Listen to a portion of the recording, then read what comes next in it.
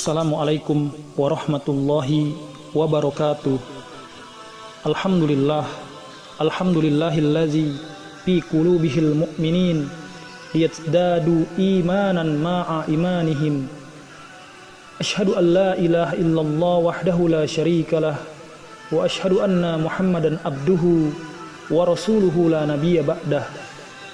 Tentang duha, cara untuk memenangkan hatimu adalah dengan membaca surat Ad-Duha, karena ini adalah surat yang sangat amat mengagumkan di dalam Al-Quran, yang dapat memotivasimu untuk selalu optimis dan selalu berprasangka baik kepada Allah Azza wa Jalla. Maukah dirimu kuberitahu tentang makna atau tafsir surat Duha yang mungkin baru atau belum pernah sampai pada jiwa dan ragamu? Surat Duha, surat yang diwahyukan di waktu Rasulullah Shallallahu Alaihi Wasallam tidak menerima wahyu dari Allah Subhanahu Wa Taala selama 6 bulan. Selama 6 bulan Rasulullah Shallallahu Alaihi Wasallam tidak menerima wahyu apapun dari Allah Subhanahu Wa Taala. Jibril tidak turun. Beliau tidak menerima mimpi. Jika sekiranya saudara-saudari, brothers and sister, pernahkah merasakan apa yang dialami oleh Rasulullah Sallallahu Alaihi Wasallam? Selama 6 bulan, engkau tidak menerima kabar dari seseorang, bahkan memimpikannya pun tidak. Atau pernahkah dirimu pernah merasa sholatmu, puasamu, zakatmu, dan ibadahmu tak berarti lagi? Seolah Allah tidak peduli lagi denganmu, bahkan doamu tidak pernah terjawab. Hatimu tidak tenang lagi, Dia tak lagi meresponmu, dan dirimu tidak mendapatkan ketenangan dalam mengarungi hidup ini. Selama seperti itu, selama 6 bulan, Rasulullah Shallallahu Alaihi Wasallam tidak menerima wahyu apapun dari Jibril alaihissalam atau memimpikan apapun. Tidak ada sama sekali selama 6 bulan. Rasulullah Shallallahu Alaihi Wasallam berpikir Allah Subhanahu Wa Taala membencinya. Dia mengira Allah Subhanahu Wa Taala tidak menginginkannya menjadi nabi lagi. Jadi berbagai pikiran ini berkecamuk di dalam dirinya. Bukankah begitu? Kita terkadang berpikir begitu juga. Sebagian dari kita berpikir, ya ampun, ya Allah, Allah pasti membenciku. Lihatlah hidupku, Allah pasti tidak menginginkanku. Lihatlah situasiku, aku pasti orang yang dibenci dan teramatlah hina. Allah tidak peduli apapun. Allah pasti tidak akan peduli pada doaku. Terkadang pikiran ini datang padamu. Beginilah keadaan Rasulullah Sallallahu Alaihi Wasallam ketika surahnya diwahyukan. Jadi apa yang Allah Subhanahu Wa Taala firmankan? Allah berfirman, "Wadduha," demi waktu matahari sepenggalahan naik. Jadi hal yang pertama kali harus kuberitahu kepada orang yang sedang depresi, katakanlah kepadanya, wake up, see the sunlight.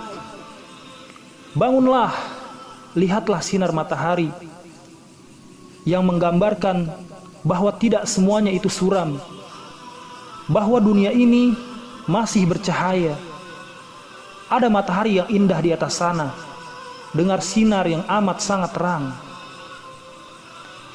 Wadduha wallaili idza saja, dan demi malam apabila telah sunyi dan gelap.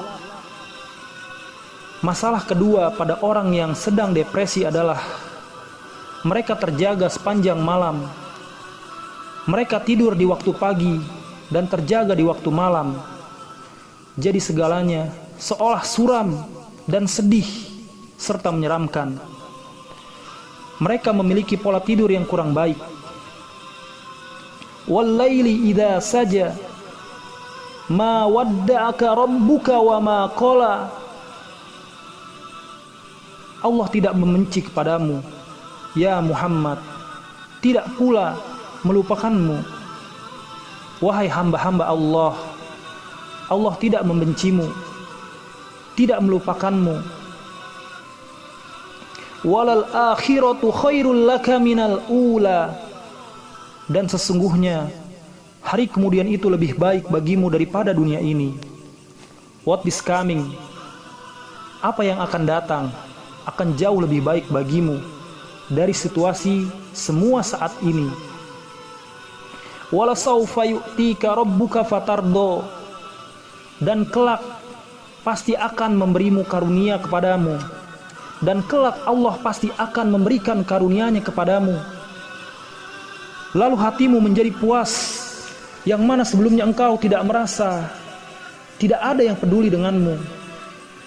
Ketahuilah, wahai kaum muslimin, kelak Allah akan memberikan kita surga, gives a jannah, insyaallah, dan membuat kita semua bahagia.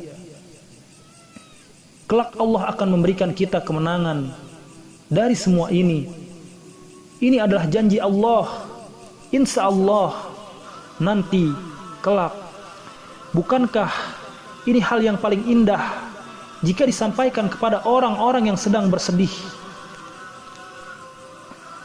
Kemudian Allah memberikan baginya untuk mempercayai suatu kebenaran dengan Dia berfirman, Alam yajidka yatiman fa'awa. Bukankah Dia mendapatimu sebagai seorang yatim, lalu Dia melindungimu? Coba tanya kembali dirimu, bukankah terkadang engkau merasakan sakit?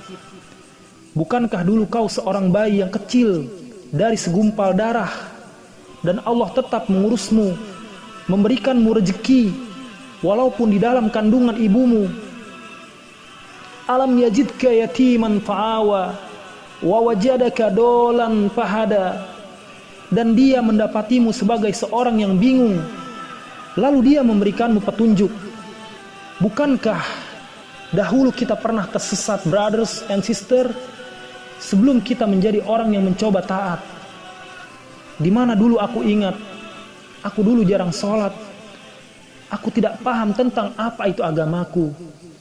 Bukankah dulu aku tersesat, kemudian Allah menuntunku? Bukankah dulu dirimu kebingungan, lalu Allah menuntunmu? Wa wajadaka ailan fa'agna.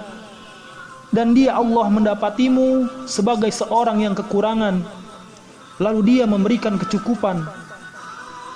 Berapa banyak dari kita yang sangat kurang, kita tidak memiliki uang.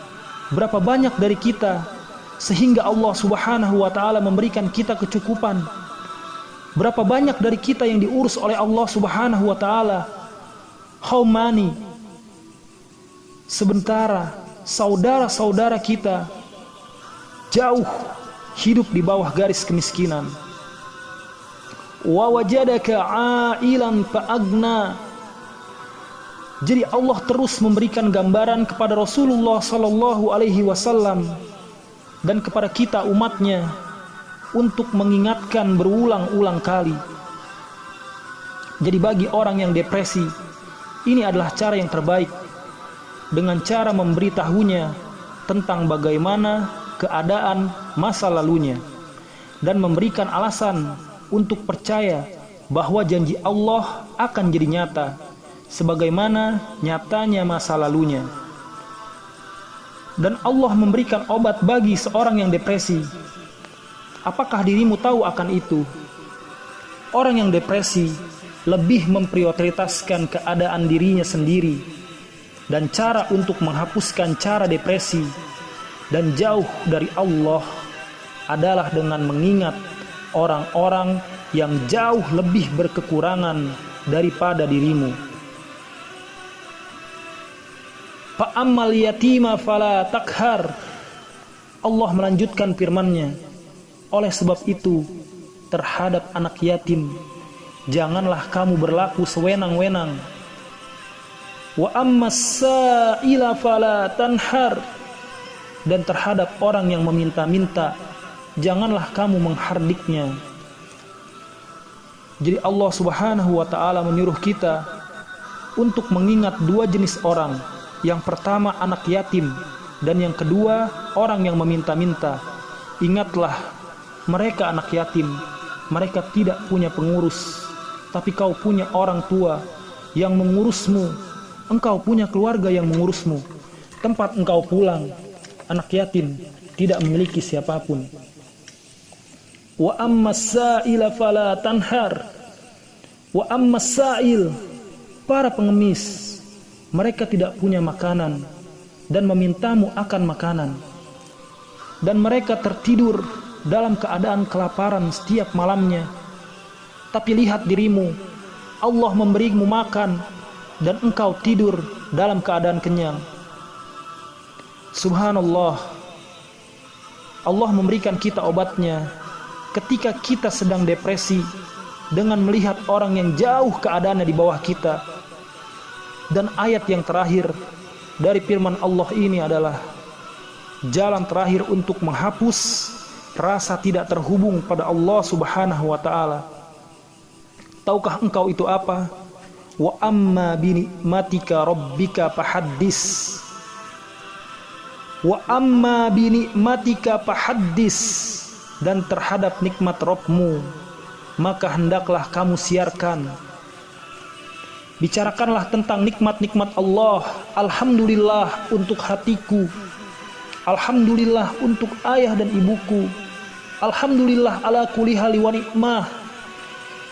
Bersyukurlah kepada Allah tentang semua hal yang Allah berikan, tentang apa itu yang engkau dapatkan dan tentang apa yang engkau berikan kepada orang lain. Berbagi ilmu ini menambah hikmah dan kecintaan kepada Allah Subhanahu wa taala. My brother and sister, jika kau merasa jauh